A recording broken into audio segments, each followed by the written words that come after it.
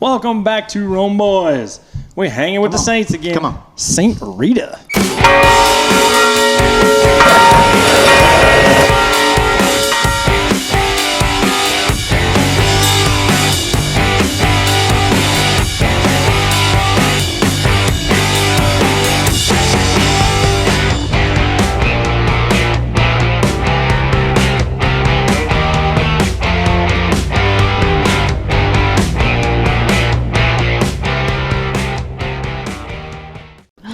Yes, of Cascia. Yes, it is Cascia. Italy. Yes, yeah, great Cascia. saint.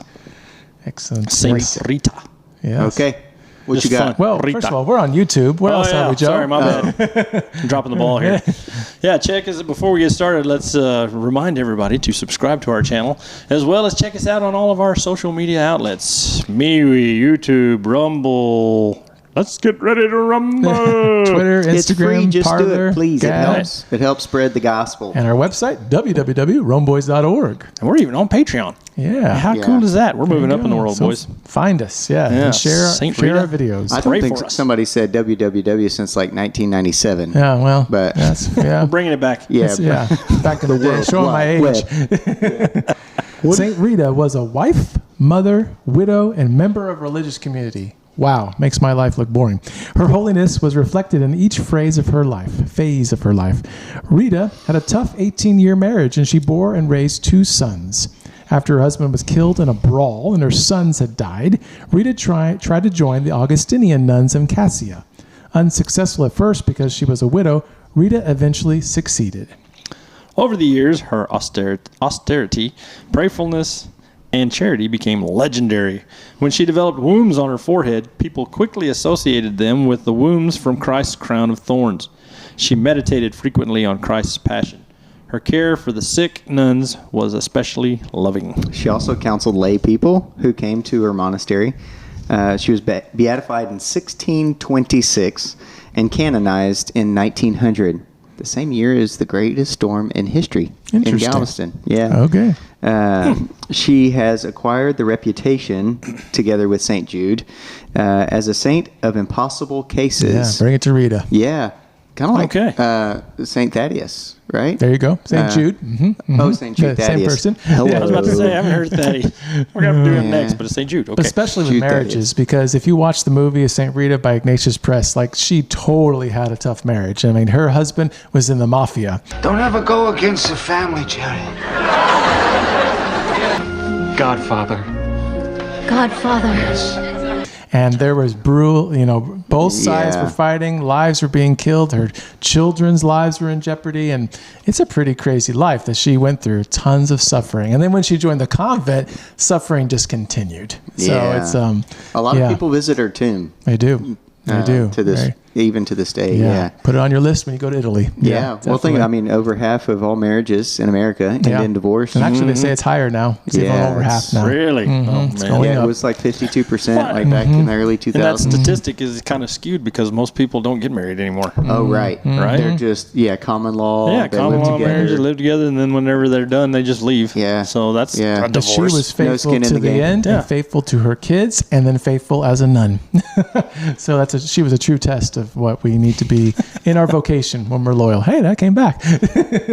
Oh, man, I was going to say, Rita, So bring the it most back. popular story of Rita is about when the crown of thorns came in her head. So Rita was listening to a Franciscan preacher speak about Christ's passion and suffering, and in particular, Jesus' crown of thorns. And then Rita was moved to tears, which is awesome. Like, you're taking it in. Like, Yeah, right. It was really moving her heart.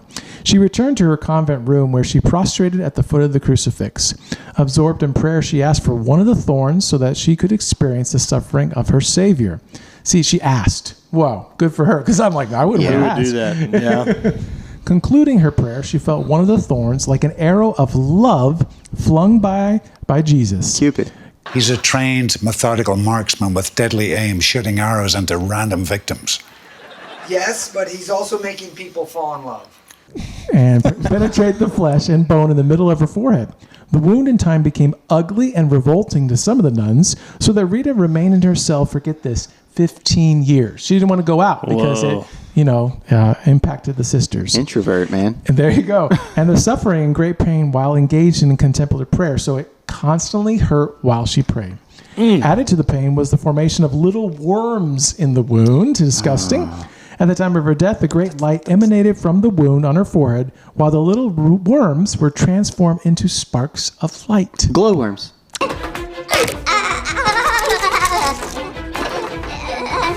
Oh my goodness. That's crazy. And she was known for her beauty. And so when she cut her hair and became a nun and then got the wound, she lived a completely opposite life, like a total wreck.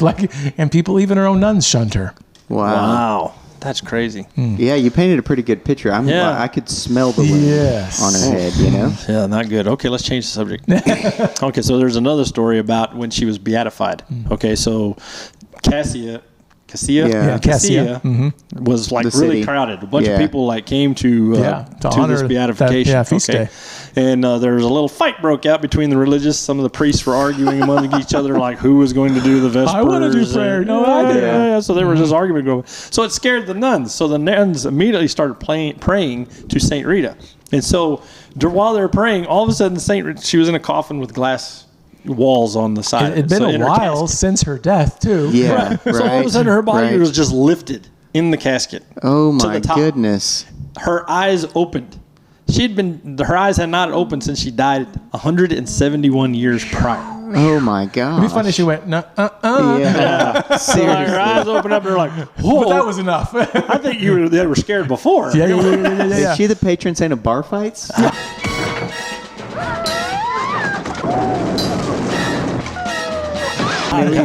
So she just ran over. So the nuns like saw this and they ran over and they rang the bells to the convent and a bunch. So the reason was they drew attention to it. Thousands of people. All the people in the town just went there. Went there and witnessed this miracle of her just like staring them down. And immediately the fight kind of died out. Yeah. No, you take the prayer. No, you take a prayer. Different kind of fight. That's crazy. I don't want to do it anymore. You know, when she died, all the bells in the city rang, and no human hands were pulling those ropes. No way. Yeah. All of them were ringing. And then, so from her cell, she died in her cell at the convent.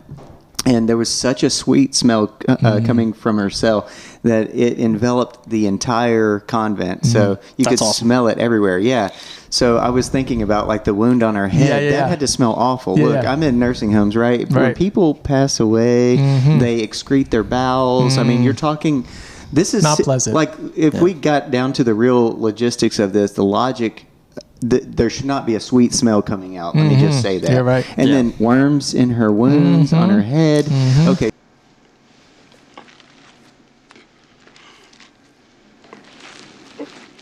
So she was originally a pretty lady, right? Well, after she died, she was also very beautiful, more beautiful and younger than she had ever looked right after she died. That holy glow. Yeah, it was the holy. Yeah, I'm assuming that being that she was 171 years and her eyes open, she's incorruptible. She was for a while, I believe. I don't think she currently is, or at least not as incorruptible as she once was. So, she was beatified in the 1800s. Well, 1900s, or canonized. Yeah, so it was a long time. Yeah. Almost 300 years to make that decision. Seriously, Wow.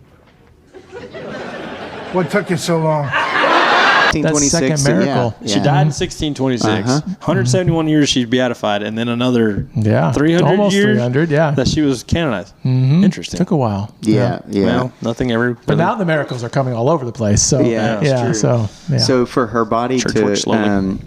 to be more beautiful and Younger. for the smell and younger and the smell to permeate. And all the bells to ring when she died. Yes. Like this out is of before nowhere. they had automatic timers and they ring by themselves. It's great. A great scene in the movie. And then the movie, all the bells are ringing. Everybody's like, okay, this is totally out of our hands for sure. This is a miracle. And she was a saint. Think about like when this they brawl called her a broke saint out that day. in Cassia, when this brawl breaks out and she's levitating and her eyes are opening, what happens? They go and ring all the bells to draw attention to it. Yeah. And it said other times her body literally turned from side to side at other times to solve disputes. Wow. So, and other saints have done that too. So they just automatically just Maybe move. they were just tired of laying on that side. Saint Rita would be rolling over in her grave right now. There it is. Literally. Oh, man. Okay. Well, again, thank y'all for joining us for another Hanging with the Saints. Be sure and subscribe and check out all of our social media outlets. In the meantime, be real. Be bold. And be Catholic. God bless.